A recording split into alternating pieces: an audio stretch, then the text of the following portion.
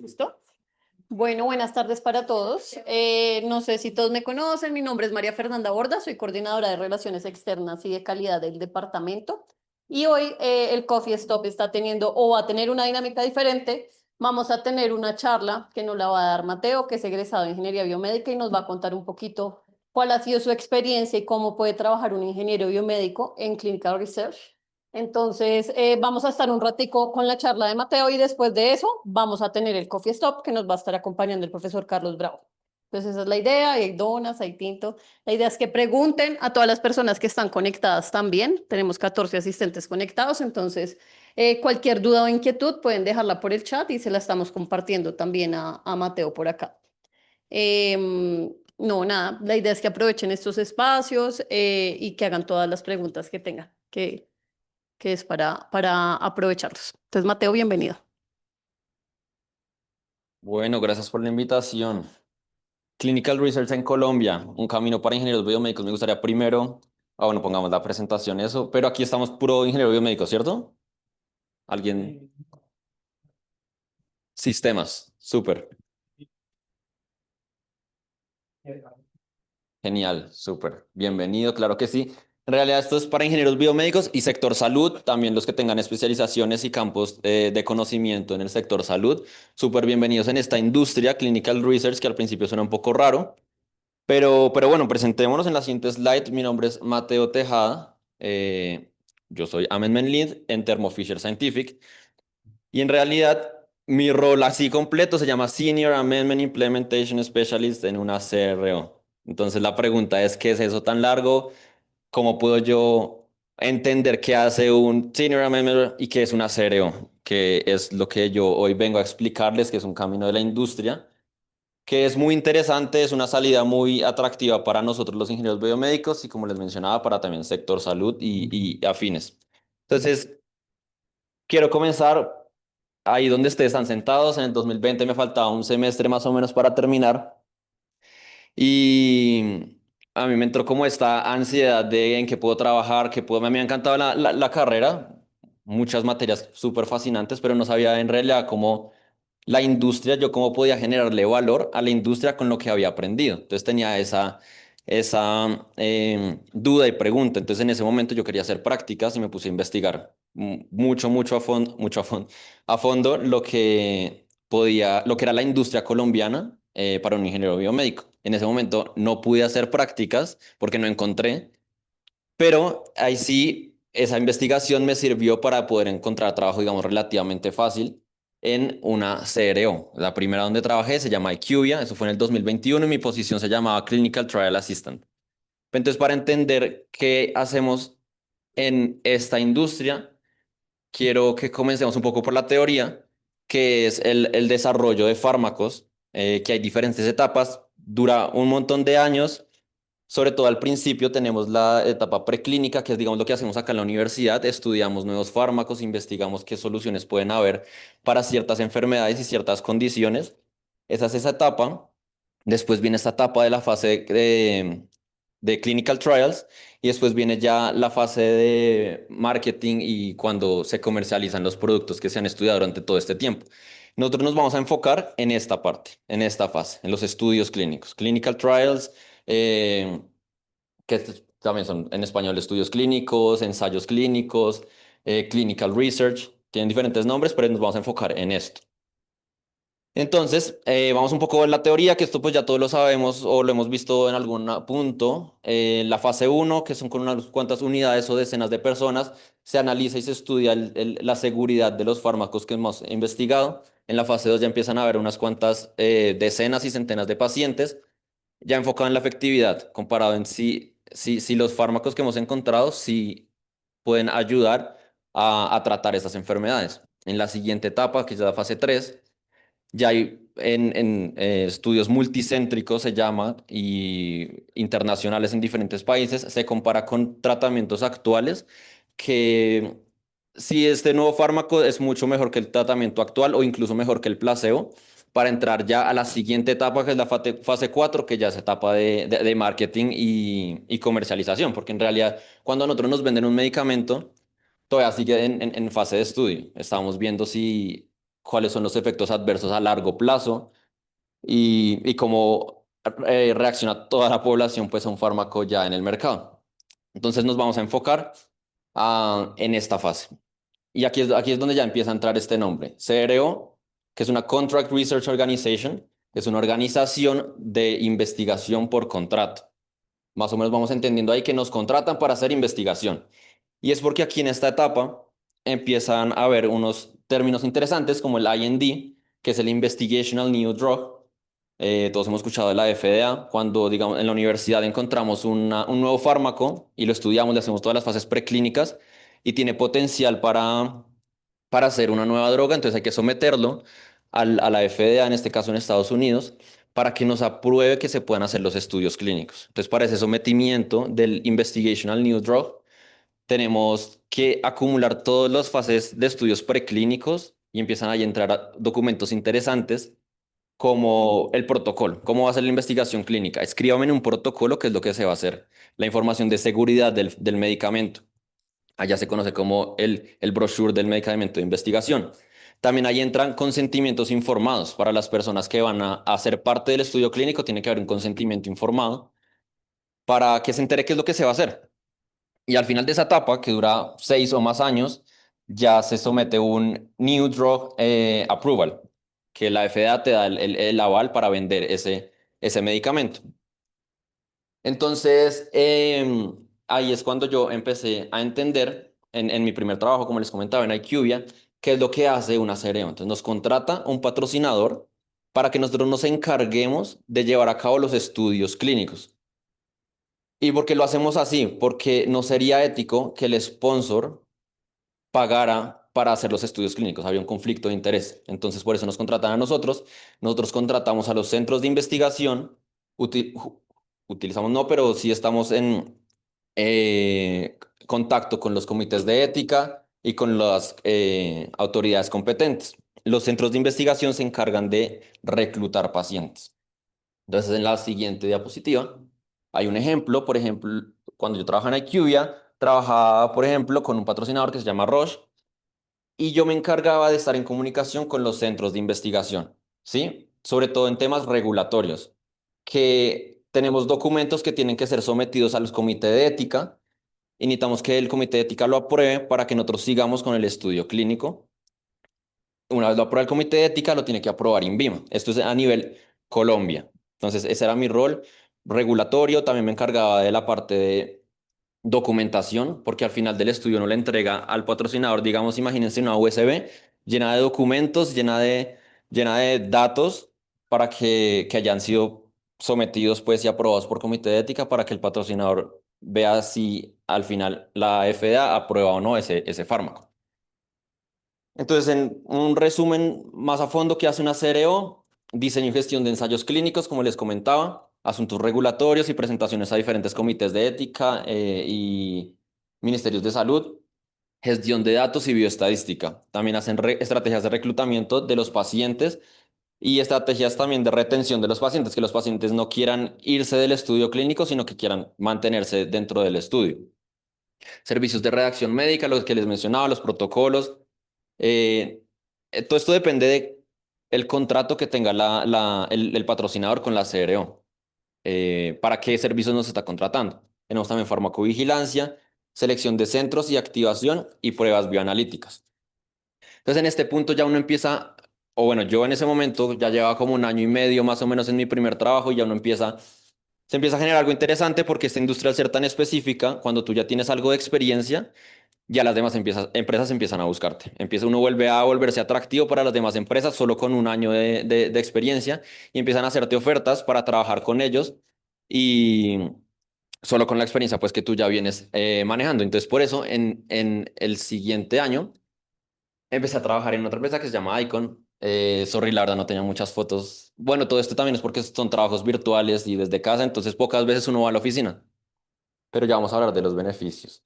Entonces acá em, ya empecé a conocer un poco más a fondo qué es lo que hace una CRO. Ya empiezan a delegarte mayores responsabilidades y empiezan a entrar otros actores, como en la siguiente diapositiva, que a diferencia de la anterior que les mostré, en este rol yo ya tenía que estar en contacto con Estados Unidos y Canadá. Entonces, como aumento de responsabilidades, yo ya no tenía que hablar con centros de investigación de Colombia, sino con centros de Estados Unidos, comités de ética de Estados Unidos y directamente pues con la FDA.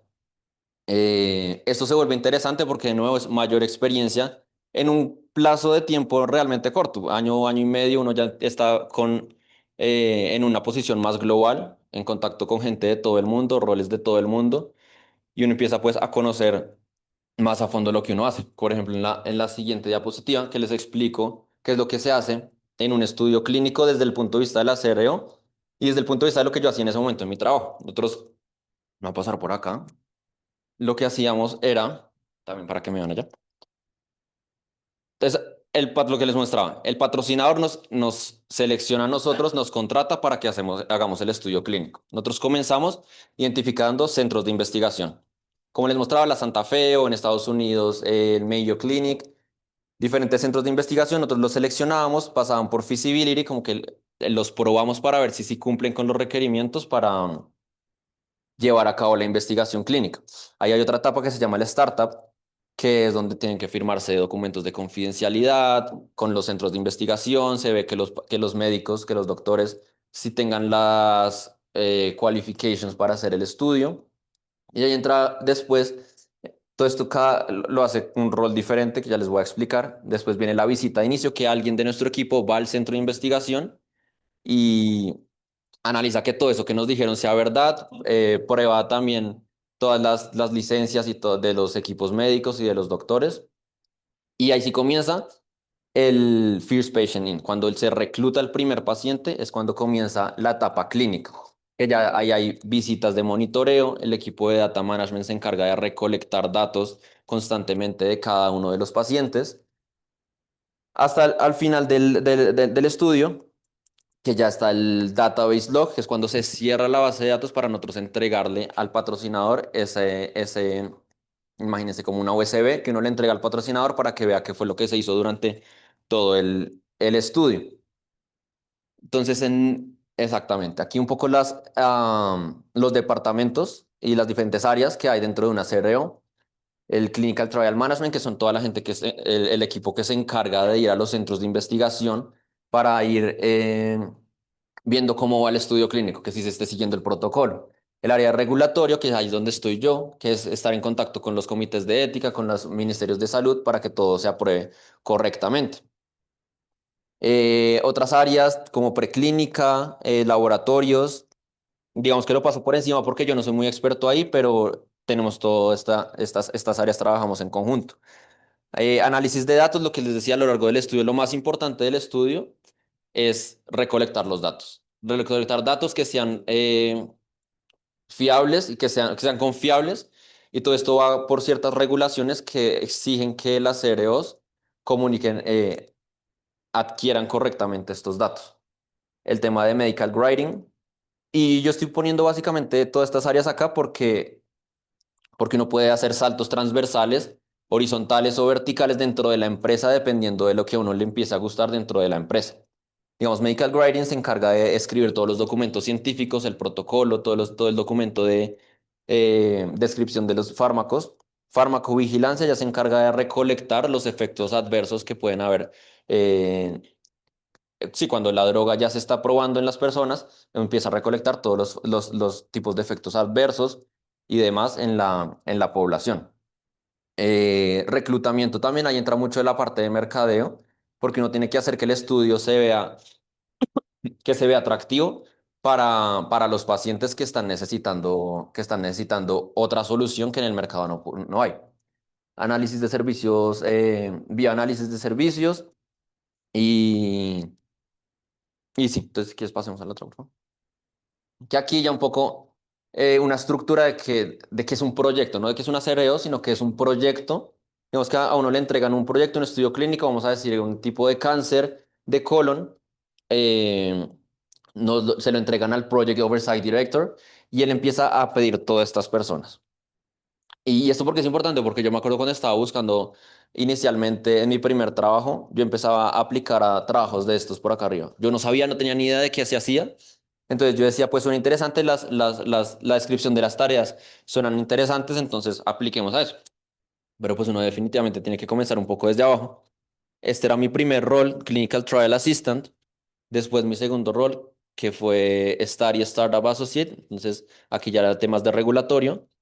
Y arriba mío hay alguien que se llama STM, que es el Star y Startup Manager, que se encarga de pues coordinar a todo el equipo de acá. El CTM, que es Clinical Trial Manager, se encarga de eh, dar oversight a los CRAs. Esta es una posición bastante interesante. Se llaman Clinical Research Associates, que son los que se encargan de visitar los centros de investigación. Se la pasan viajando por todo el país. Es pues, bastante interesante. Entonces, esta es y ella tiene un asistente que le ayuda pues con todo el tema de documentación y reportes y todo el asunto. Aquí ya después viene una parte que es de enmiendas de documentos regulatorios, que también tiene un equipo aquí asociado para poder someter todos estos documentos a comités de ética y demás. También aquí viene la parte de data management, que también tiene pues su equipo, toda la jerarquía para poder llevar a cabo la parte de los datos. Entonces aquí, pues con toda esta experiencia, lo que les decía, uno empieza a hacer saltos en las carreras y conociendo las demás industrias, conociendo todas las empresas donde se puede trabajar, uno empieza también ya a buscar y a crear su plan de carrera, donde puede uno eh, desenvolverse, dependiendo de lo que más le guste. Entonces aquí les dejo una diapositiva súper, súper útil porque pueden entrar a cada una de estas empresas para buscar el rol que les interesa y comenzar desde ahí. Al principio tenemos las más conocidas, ya después vienen algunas un poco rebuscadas, pero son más a nivel Latinoamérica, que igual son súper buenas, eh, que tienen bastantes oportunidades laborales, exactamente, de carreras. Estos son las CREOs, pero también en la siguiente diapositiva vemos que nosotros podemos, como ingenieros biomédicos, podemos desarrollarnos y conseguir trabajo en todo el espectro de la investigación clínica, que es desde arriba, el sponsor, el patrocinador, diferentes farmacéuticas, de nuevo las CREOs, también el tema de data management, hay muchas empresas que se encargan de la recolección, lo que les decía, en los estudios clínicos lo más importante son los datos y la documentación. Si algo no se documenta es porque no existió. Entonces también todas esas empresas son útiles al momento que ustedes quieran buscar trabajo, pues aquí pueden entrar a estas diferentes empresas. Entonces ahí es cuando yo ya empecé a buscar qué es lo que quería hacer, hacia dónde me quería dirigir en este mundo de las CROs y es donde hago un pequeño salto hacia mi posición actual, que ya es una posición de Functional Lead, como vamos a ver en la siguiente diapositiva que yo comencé acá, o sea, eso sí es importante que uno tiene que comenzar y buscar las empresas que le puedan permitir comenzar desde ¿cómo se llama? Entry level, como junior, porque pues es además una industria con mucha información que uno nunca ha visto en ningún lado, ni en la universidad, ni nada, entonces es importante, uno comienza desde abajo, por acá yo estaba, pase acá y después pase acá, que ya uno empieza a tener gente de equipos globales que le ayudan con las tareas que uno hacía antes, pero ahora es uno el que hace como oversight del asunto y liderar esos equipos. Como por ejemplo, de nuevo este esquema que es bastante interesante, que es lo que hago actualmente. Ya estoy yo en contacto con muchos patrocinadores, con muchos farmacéuticas que son las que nos contratan directamente.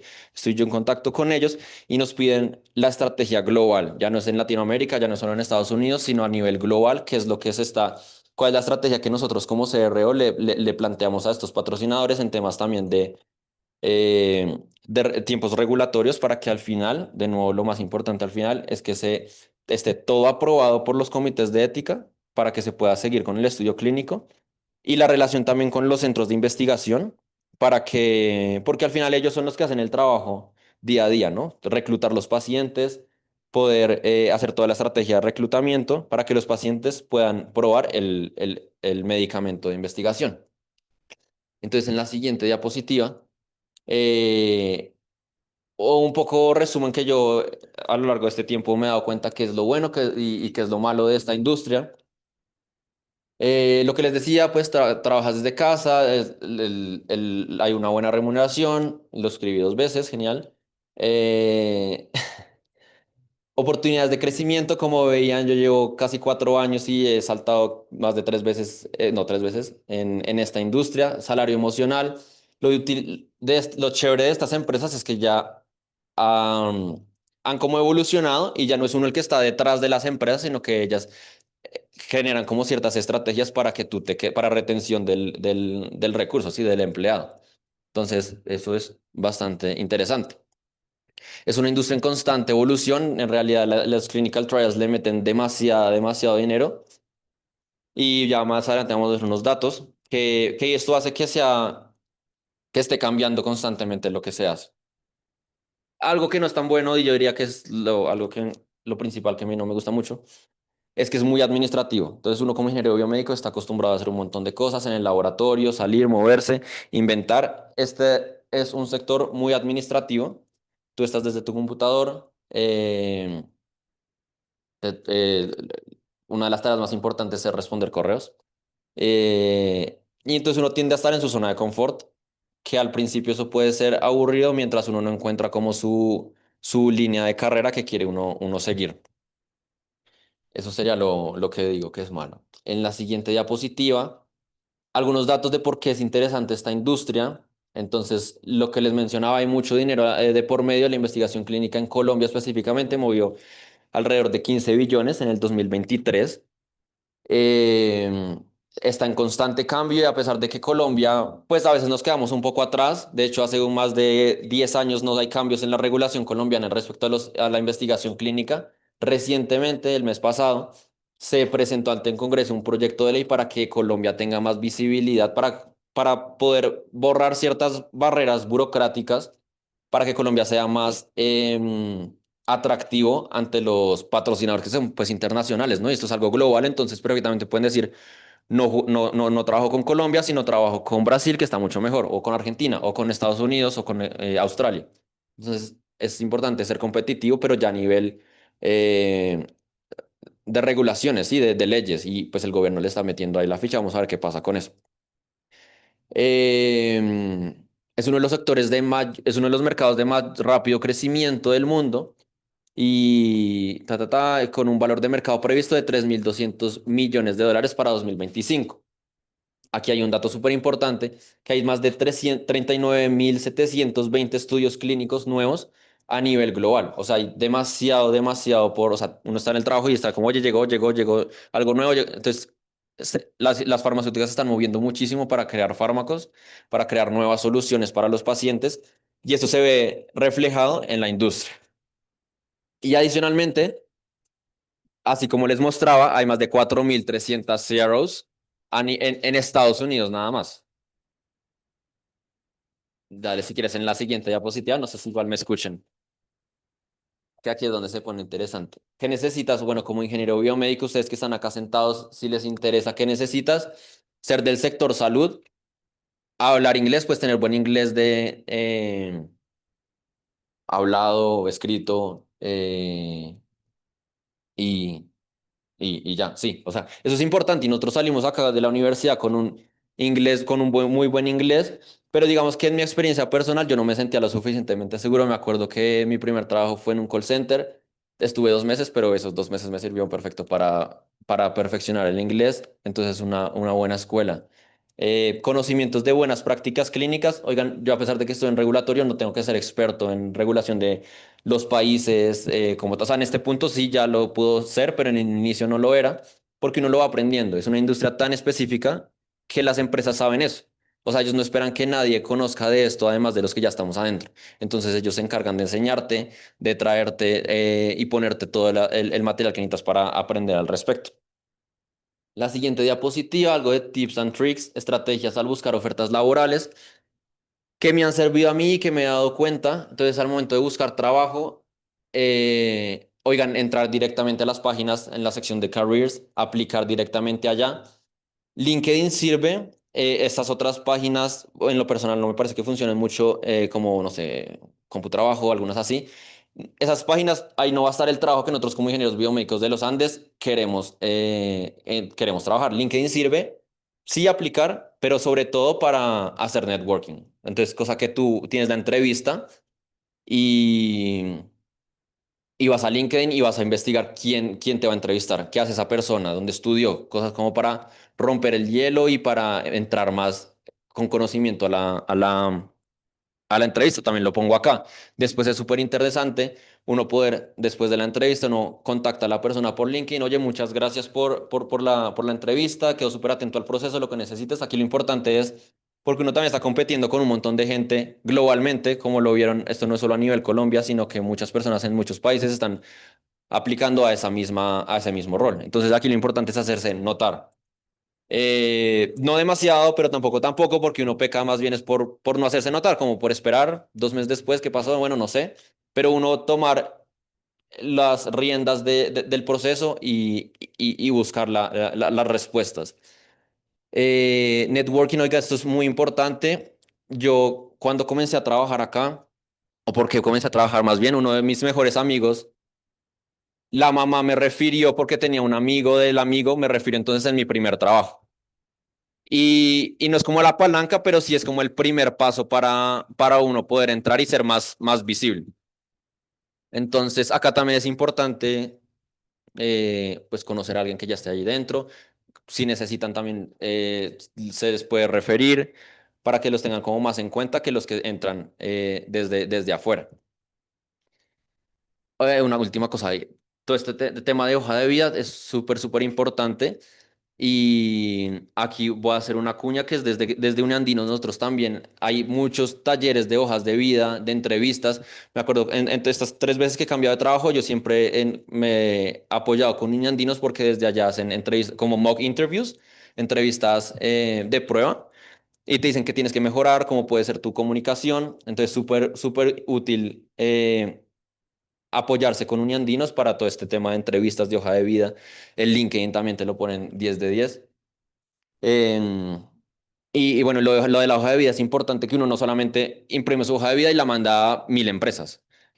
O sea, para cada oferta uno tiene que customizar, personalizar la hoja de vida dependiendo de lo que te pidan. Tip ahí. En la siguiente tenemos lo que yo me he dado cuenta que sirve para avanzar en el mundo corporativo. Oigan, cambiar de empresa es muy útil, es una forma efectiva de aumentar tu salario. Si tú estás dentro de la misma empresa y te hacen un promotion, te suben el 10%. Pero si cambias de empresa, es como que, no sé, es algo loco y no entiendo la lógica detrás, pero te están sacando de tu empresa anterior, entonces te ofrecen algo mejor para que tú hagas ese salto. Construir relaciones, hacerse amigo de trabajo, hacerse amigo del jefe es súper útil porque esta industria es muy pequeñita. Entonces tú no sabes tu jefe, hoy es tu jefe, pero mañana es el director de yo no sé qué. Y me pasa, sí pasa. Trabajar de forma inteligente.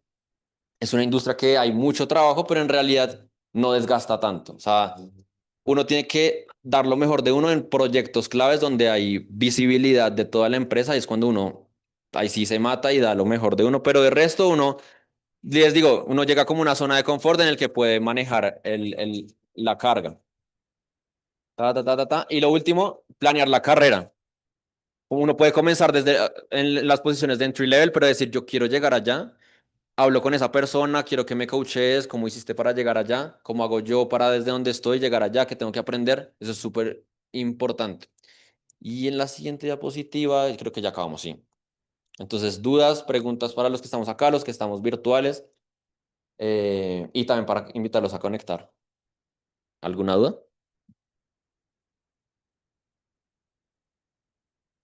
Yo, Dale. bueno, yo llegué tarde, entonces no sé si igual lo explicaste. Eh, entonces, justamente donde tú trabajas, llamémoslo en su oferta de servicios, está tanto el diseño como la implementación de un estudio clínico o solamente la implementación y ya tiene que estar diseñado. Sí, gracias por la pregunta. Definitivamente también es el diseño del protocolo del estudio clínico, entonces es dependiendo de lo que el patrocinador nos contrate. si uno quiere solamente llevar a cabo el estudio clínico o nos contrata desde el principio que ellos se quieren hacer como, pues la palabra no es desprender, pero esto es decir, usted hágase full cargo de eso, diseñeme todo el protocolo, cómo hacer todo el estudio clínico.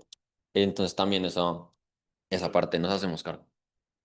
Yo sé que igual depende de muchos factores, pero ¿cuánto vale en promedio justamente eso? ¿Cómo? Sí, o sea, ¿cuánto cobran por ese servicio? ¿O cuánto cobran ustedes? Con contratos que uno entra a negociar. Son contratos que uno entra a negociar directamente con el patrocinador y dura un montón de, como cierto par de meses en negociarlos, dependiendo de todo lo que vaya a entrar dentro de las tareas del acereo, pero asciende a los 100 millones de entre decenas y cientos de millones de dólares, pues, exactamente. O sea, a mí no me entra 100 millones de dólares, pero sí. ¿Alguna pregunta?